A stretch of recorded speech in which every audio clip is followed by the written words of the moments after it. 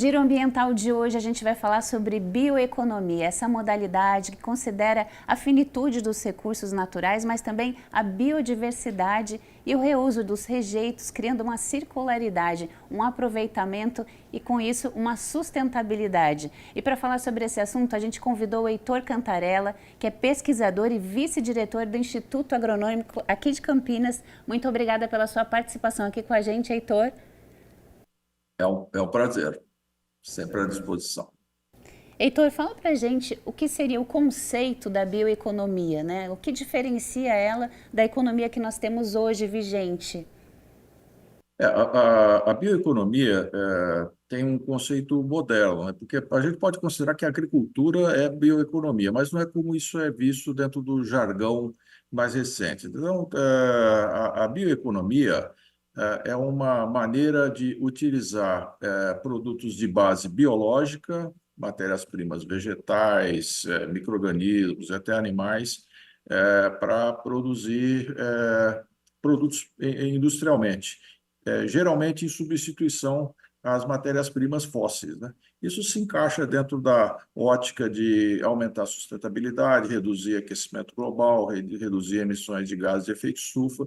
Enfim, esse conceito de bioeconomia moderno, ele vai além da agricultura, né? Cria uma visão de que a gente pode realmente renovar, né, e ciclar os elementos da natureza e usando, claro, fontes renováveis, né? Exatamente. E o Brasil tem uma posição bastante favorável nisso, porque o Brasil é um campeão de biodiversidade. A gente produz, tem muita biomassa, que é a matéria-prima para a bioeconomia, não só natural, né, como cultivada.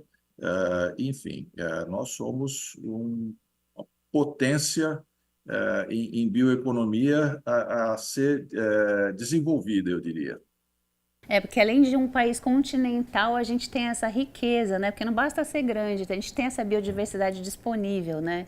Heitor, eu queria que você falasse para a gente se a gente está nesse caminho já há algum tempo, se essa economia, essa bioeconomia, ela tem como ela avançar um pouco mais, se o modo de produção ainda está muito condicionado aos mecanismos fósseis, como você mesmo disse.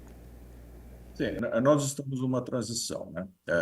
Eu diria que ainda a nossa economia, a indústria depende muito de matérias-primas convencionais fósseis que vêm sendo utilizadas aí há mais de um século. Mas a gente já está fazendo grandes evoluções nessa área, né? Eu vou citar alguns exemplos aqui da região de Campinas.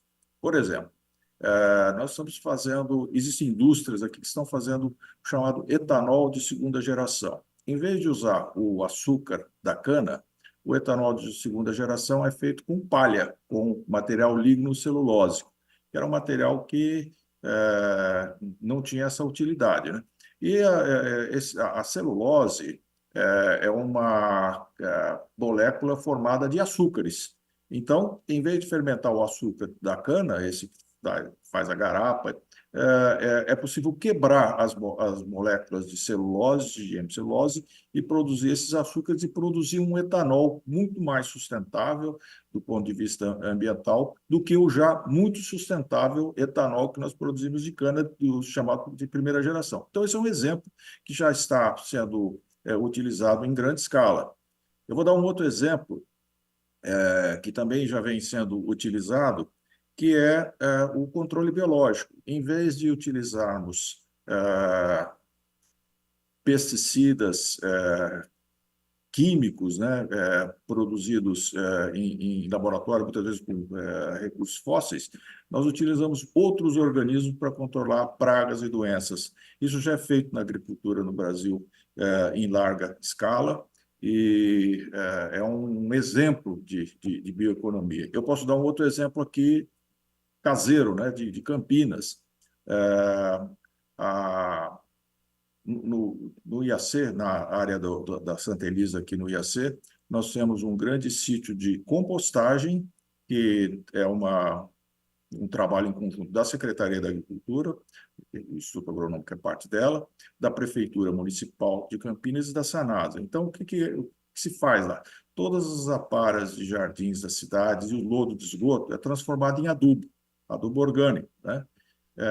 E eu vou mais além.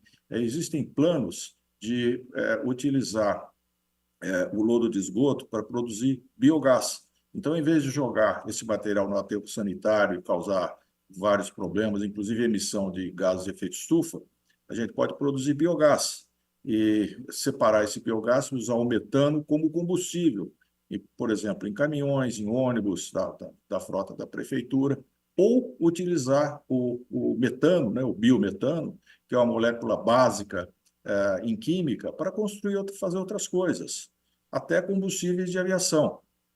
Então, nós já temos várias coisas acontecendo aqui, mas o potencial é enorme.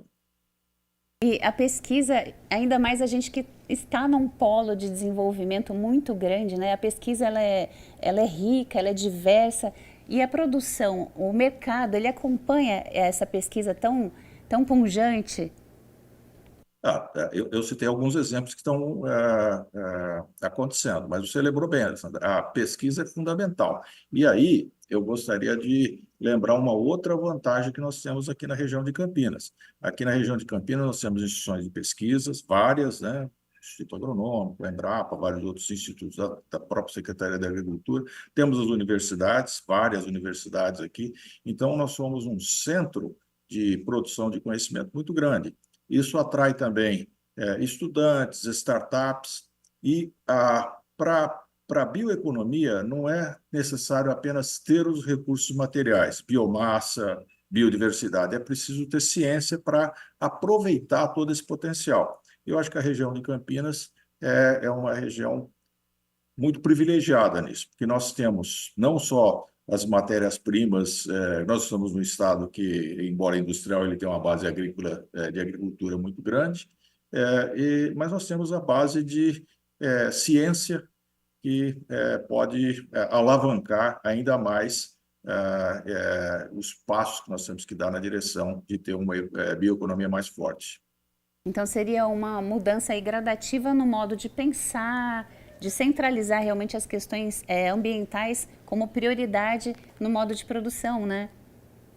É verdade, é verdade. E nós precisamos usar todos os nossos recursos, principalmente os recursos humanos, né? Estimular os jovens a entrarem nessa grande batalha, esse grande desafio, e também estimular as empresas, as indústrias, né, a transformarem esse conhecimento em produtos, porque é aí que as coisas acontecem, quando a gente consegue convencer uma empresa, uma indústria a colocar essas inovações em prática.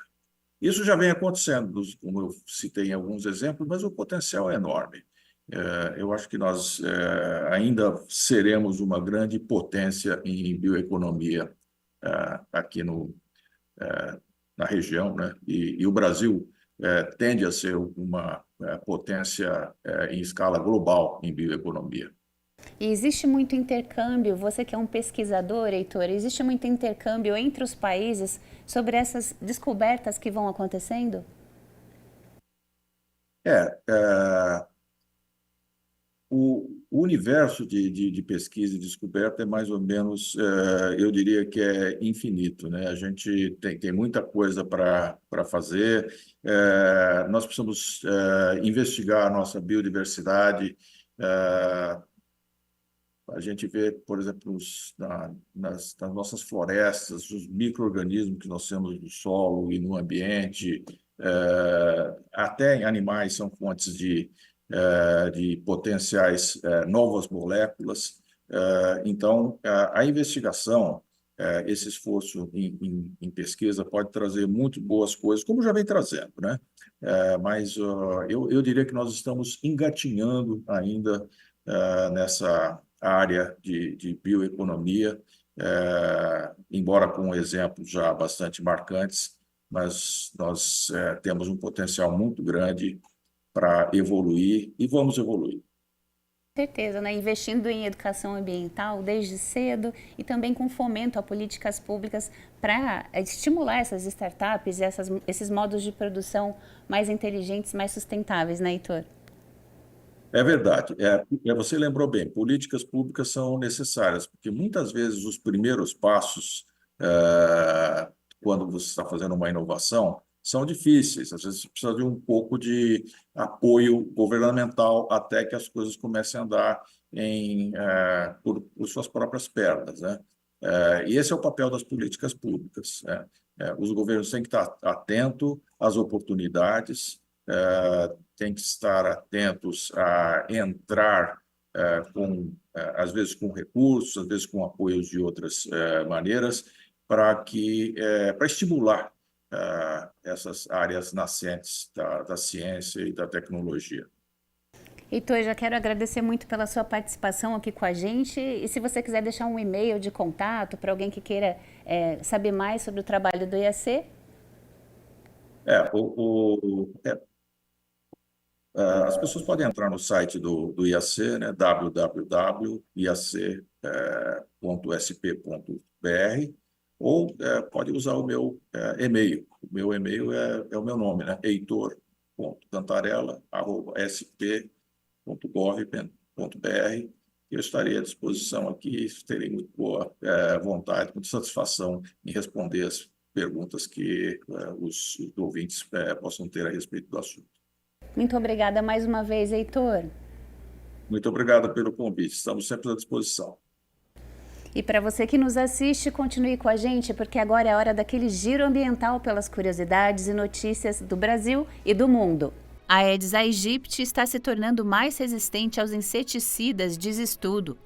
Embora o uso de inseticidas tenha sido eficaz contra as populações de Aedes aegypti durante um bom período de tempo, esses insetos desenvolveram resistência aos compostos dos produtos, o que representa uma ameaça global ao controle desse mosquito. É o que destaca um artigo da revista científica Parasites and Vectors, publicado em agosto de 2024 e que revela uma nova mutação do Aedes aegypti já identificado na Argentina. Vale lembrar que esse mosquito é o vetor de doenças como dengue, zika, chikungunya e febre amarela. Inseticidas do grupo de piretroides, que usam a substância permetrina, têm sido usados para controlar o mosquito da dengue. No entanto, a partir de 2013, começou-se a detectar que a ampliação desse tipo de químico não produzia mais uma diminuição significativa na população de Aedes aegypti, explica o Conselho Nacional de Pesquisas Científicas e Técnicas da Argentina. Sob rigorosas medidas de biossegurança, os cientistas expuseram os jovens insetos a doses normalmente letais de piretroides e, juntamente com pesquisadores da Fundação Oswaldo Cruz, no Brasil, descobriram que todas as populações testadas tinham uma resistência muito alta a esse elemento. Foram testados, inclusive, quantidades 10 vezes maior das normalmente aplicadas, e os mosquitos ainda se mantiveram resistentes. Cientista tem possível explicação para ataques de orca. Desde 2020, os relatos de ataques de orcas às embarcações têm se tornado cada vez mais frequentes na Europa, especialmente no mar Mediterrâneo.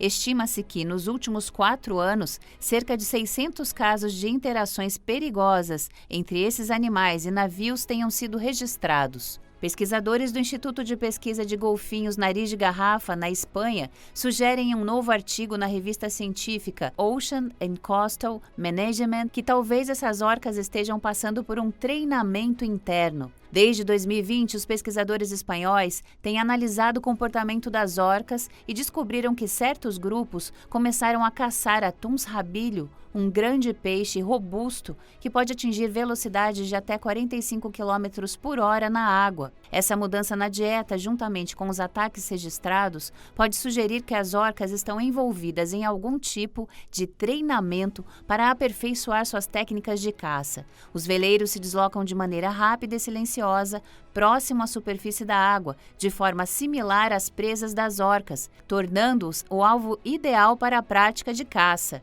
Os cientistas ainda perceberam que, na maioria dos ataques, são as orcas jovens que atacam os veleiros, mesmo que às vezes os adultos pareçam estar ensinando os membros mais novos do grupo a realizar os ataques.